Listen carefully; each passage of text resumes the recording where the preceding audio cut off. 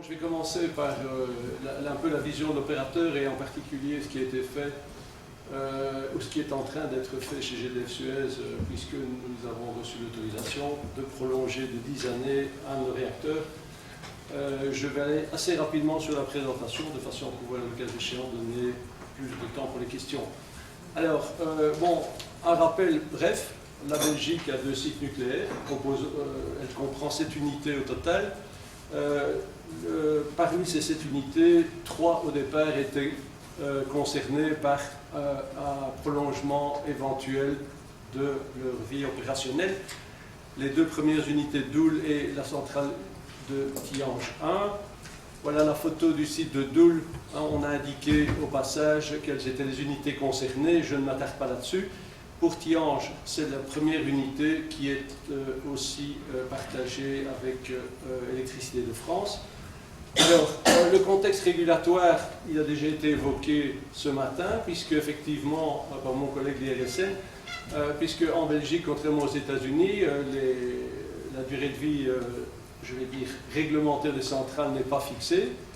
Elle est remise en cause dans le cadre des révisions décennales de sûreté qui ont lieu tous les 10 ans et qui, en tout cas pour la Belgique, prennent en considération non seulement les évolutions en termes de design, mais aussi en termes évidemment de retour d'expérience opérationnelle et réglementaire.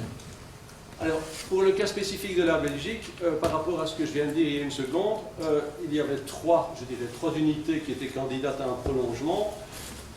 Et très globalement, le gouvernement belge, après analyse des dossiers et consultation des différentes parties intéressées, a pris la décision de fermer l'an prochain les centrales de Doel 1 et 2 qui sont les centrales les plus âgées et de confirmer son accord pour autoriser le prolongement pendant 10 ans de la centrale de Tihange 1, c'est-à-dire jusqu'en 2025.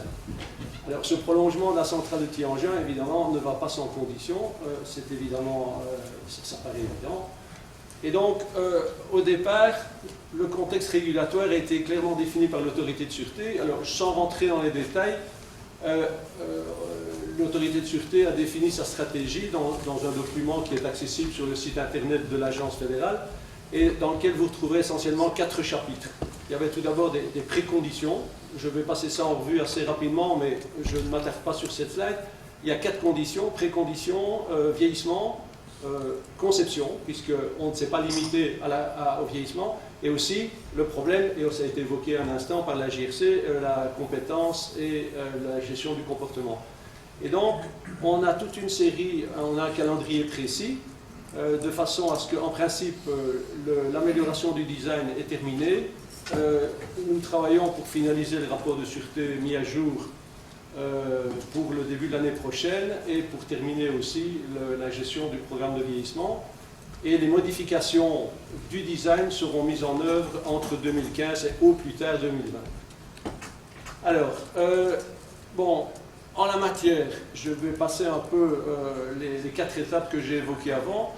Bon, l'autorité de sûreté nous a fixé des préconditions qui ont trait à la fois à tout ce qui concerne les programmes de surveillance de l'unité, tant en ce qui concerne l'inspection en service, la maintenance, les programmes de chimie, la qualification des équipements. Je ne rentre pas trop dans les détails, mais c'est pour vous donner un aperçu, je dirais, j'espère clair, de notre approche. Aussi la conformité du système de management et en particulier le configuration management, c'est-à-dire l'adéquation entre la centrale telle qu'elle, sa base documentaire de conception et la documentation qui a trait à la sûreté.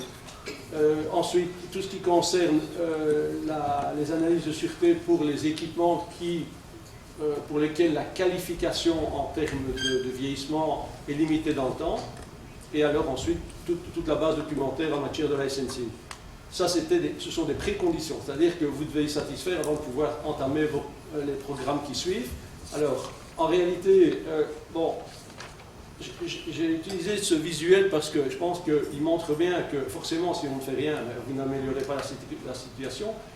Si vous appliquez le principe de l'amélioration continue, vous avez cette pente-là de couleur brune Bon, c'est très schématique évidemment, mais il est clair que la volonté, dans le cadre de l'extension de vie de la centrale, c'était effectivement de faire un gros effort pour remonter le niveau de sûreté, compte tenu que cette centrale a 40 ans. Bon, alors, pour ce qui est du vieillissement, c'est une approche qui est relativement compliquée si vous voulez entrer dans les détails, ce qui ne sera pas mon intention. Par contre, on a utilisé essentiellement 3 références. Alors, les prescriptions de l'AUA,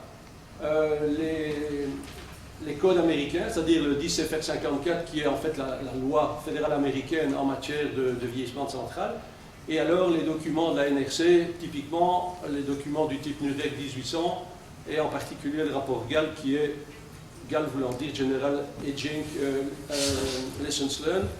Et nous avons utilisé l'approche intégrée, c'est-à-dire une approche où vous avez différentes étapes pour analyser le vieillissement, c'est-à-dire vous faites d'abord, vous définissez ce qu'on a appelé dans le visuel le scoping, c'est-à-dire le champ d'analyse de votre vieillissement, après un screening sur ce qui est les composants passifs, pour lesquels en général la réglementation s'applique.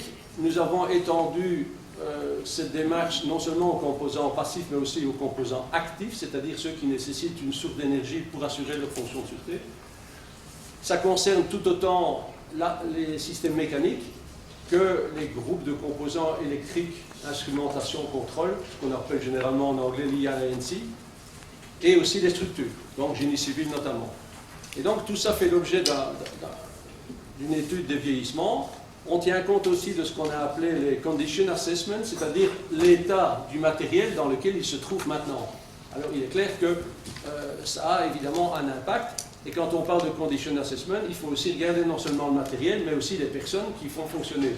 Quel est l'état de vos équipes? Quel est l'âge de vos opérateurs? Sont-ils suffisamment formés? Dans combien de temps vont-ils partir à la retraite? Et quelles dispositions faut-il prendre pour prévenir la perte de compétences?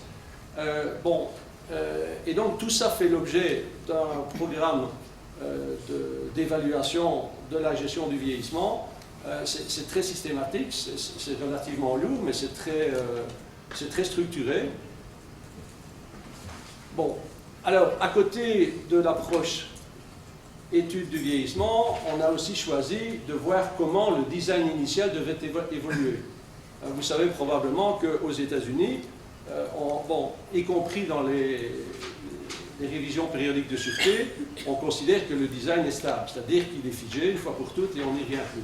Ce n'est pas le choix européen, et en tout cas dans le projet LTO pour la Belgique, ce n'est pas notre choix non plus, puisque nous avons voulu améliorer le design autant que faire se peut, et nous sommes partis des sources que vous avez là, à savoir l'évolution réglementaire, les niveaux de référence de WENRA, un certain nombre d'analyses comparatives, de benchmarks qui ont été faits avec d'autres exploitants, les résultats des révisions périodiques de sûreté, leur tour d'expérience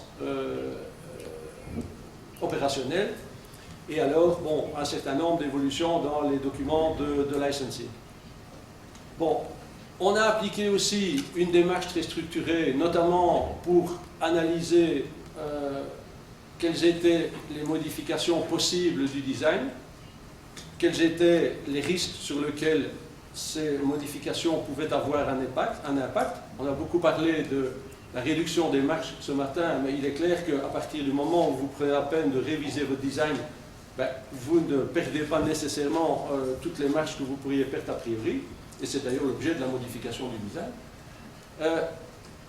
Ce qui est intéressant aussi, c'est dans la démarche, dans l'étude qui est faite de l'upgrade du design, nous avons, autant que faire se peut, tiré parti des enseignements de l'accident de Fukushima, et c'est d'ailleurs il y avait consensus là-dessus, à la fois chez les opérateurs et au sein des autorités de sûreté, pour dire prenons les enseignements de Fukushima tels que nous les avons actuellement et introduisons-les dans le grade du design pour la centrale de Tianjin.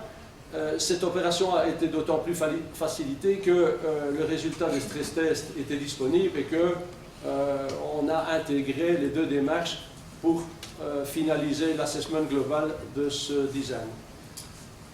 Dernière partie, la gestion des compétences. Bon, alors en ce qui concerne la gestion des compétences, il n'y a pas vraiment d'outils universellement adoptés pour, je dirais, réévaluer l'ensemble de la démarche.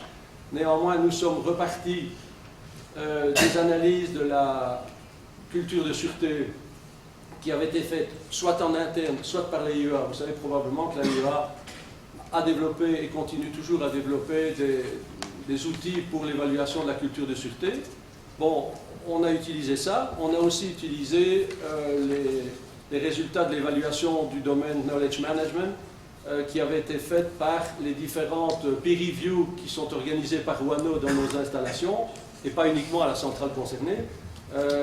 Bon, tous les 3 ans, nous accueillons donc une mission de peer review, c'est classique chez les opérateurs, tout le monde connaît ça. Et donc, pour ce sujet-là, nous avons collecté les commentaires et les recommandations qui nous avons été faites à l'époque. Et donc, c'est avec cet apport que nous avons aussi mené un processus relativement systématique pour l'analyse du facteur humain en général.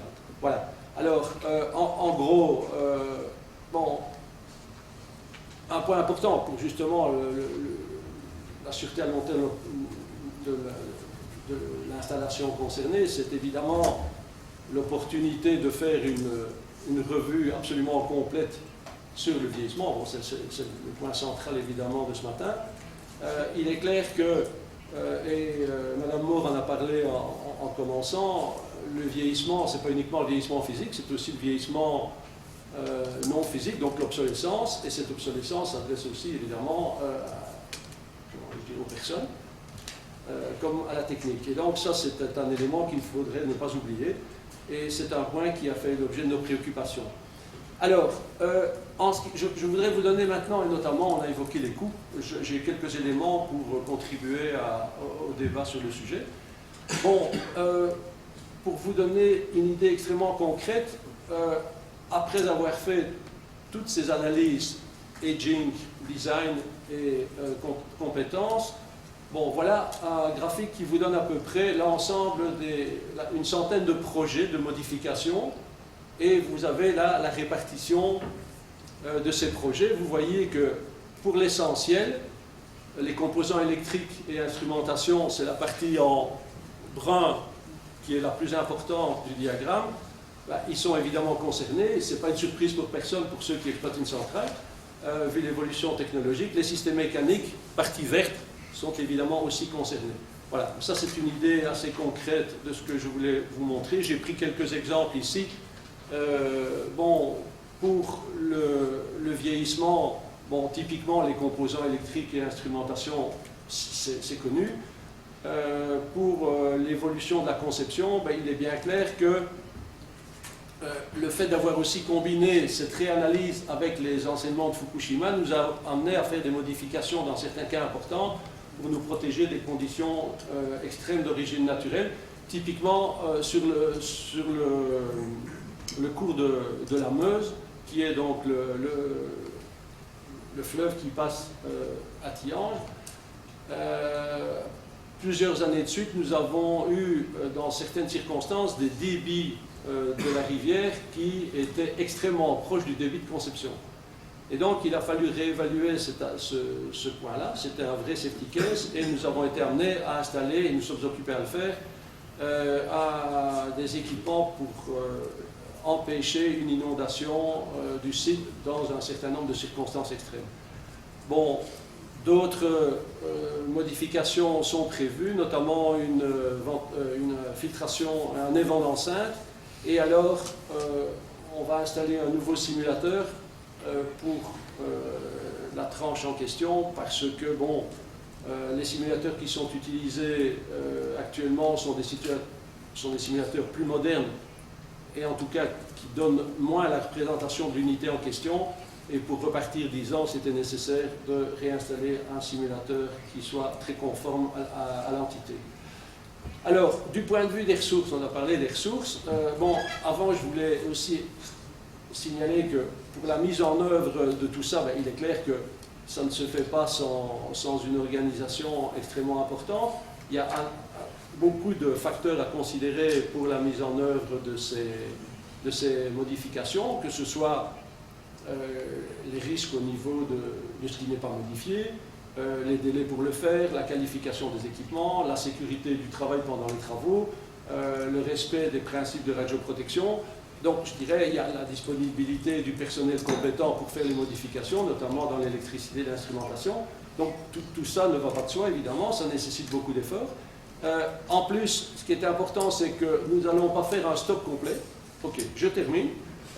Il n'y aura pas de stop complet, on va faire ça en 2 fois, en prenant soin de modifier un train de sûreté à la fois pour ne pas éventuellement créer des défaillances de mode commun. Pour le reste, voilà une idée du budget qui sera mis en œuvre pour ces modifications. Ceci concerne une seule unité, 600 millions d'euros. Voilà. Conclusion, ben écoutez, je vous dirais que par ailleurs, nous allons avoir début de l'année prochaine une évaluation de la démarche par l'AIEA. Il y aura une mission SALTO qui sera effectuée. Et donc, bon, et nous attendons effectivement que tout ça soit terminé. Voilà.